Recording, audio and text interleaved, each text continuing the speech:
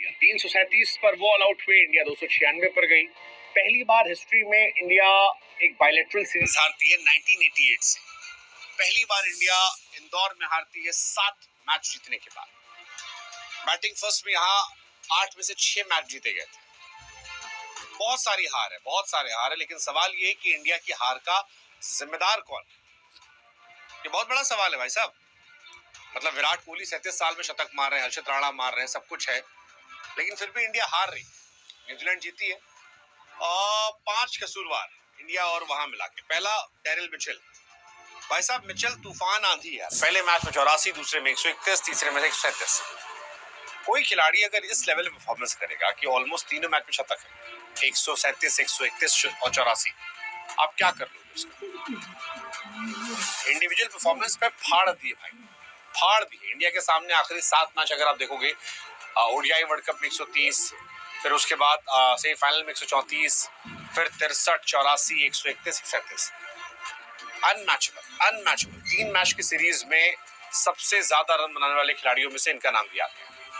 352 run है, और ये बहुत बहुत बहुत बड़ी बात है, क्योंकि इस लेवल पे अगर आप खेल रहे हो तो कोई आपके आसपास नहीं है। और इन्होंने बताया, मतलब ओडीआई एवरेज इंडिया के सामने 74 का इनका है।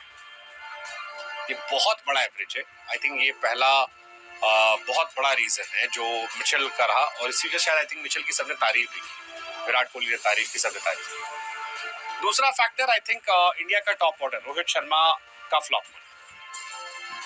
3 के तीनों मैच में अगर रोहित जैसा बड़ा खिलाड़ी आउट होता है तो वो एक बहुत बड़ा रीजन होता है कि यार इतना बड़ा प्लेयर नहीं चल रहा तो आप क्या करोगे। मतलब आई नो रोहित शर्मा पे क्वेश्चन भी शायद अब होंगे, कई लोग कहेंगे कि यार रोहित का यहाँ से फ्यूचर क्या।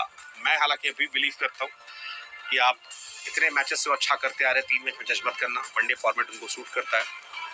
बट फिर भी इस मैच में रोहित शर्मा फ्लॉप थे और ये पेनफुल था इंडिया के हार की बड़ी वजह पर। तीसरा रीजन गेंदबाज, मिडिल ऑर्डर, कुलदीप और जडेजा खत्म थे। जडेजा तो बैट से भी खत्म है, 2013 के बाद कोई अर्शतक नहीं है, एक भी अर्शतक नहीं है। कैसे खेलोगे? मतलब 2013 से अगर आपके बल्ले से अर्शतक नहीं खेला, और विकेट कॉलम उनका तीनों मैच में 0-0-0, गलती से कहीं एक विकेट मिल जाता है उनको, मतलब विकेट टेकिंग ऑप्शन खत्म हो चुका है। कुलदीप जो इंडिया के सबसे प्रीमियम बॉलर थे, वो पिटाई हो रही उनकी, उनको विकेट तो मिल जाता है लेकिन वो बहुत पीटे जाते हैं, और उसका असर होता है कि इंडिया मैच हार जाती है। तो ये एक बहुत बड़ा रीजन था। अय्यर का फ्लॉप होना एक बहुत बड़ा रीजन था। अय्यर और रोहित दोनों अगर आउट होते हैं जल्दी तो ये एक बहुत परेशानी भरा सबब बन जाता है कि इंडिया कैसे खेलेगी, कैसे जीतेगी। सो आई थिंक श्रेयस अय्यर का भी फ्लॉप होना एक बहुत बड़ा रीजन था इंडिया के हारने की वजह से। एंड आई थिंक 5वां रीजन जो था वो सिराज का इनइफेक्टिव होना। सिराज विकेट तो नहीं दे रहे हैं, लेकिन मतलब सिराज रन तो नहीं ले रहे हैं, लेकिन विकेट नहीं पा रहे, और ये इंडिया को फंसा देगा। सो आई थिंक ये 5 रीजन। रोहित शर्मा 26-24-11 बहुत बड़ा रीजन। जडेजा 4-27-12 और पूरी सीरीज में विकेट ली।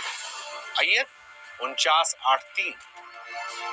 कुलदीप 3 मैच 3 विकेट, 52 रन देकर, 82 रन देकर, 48 रन देकर पूरा कोटा नहीं कर पा रहे। आई थिंक ये 5 रीजन जो है मेरे हिसाब से इंडिया के हार की वजह है।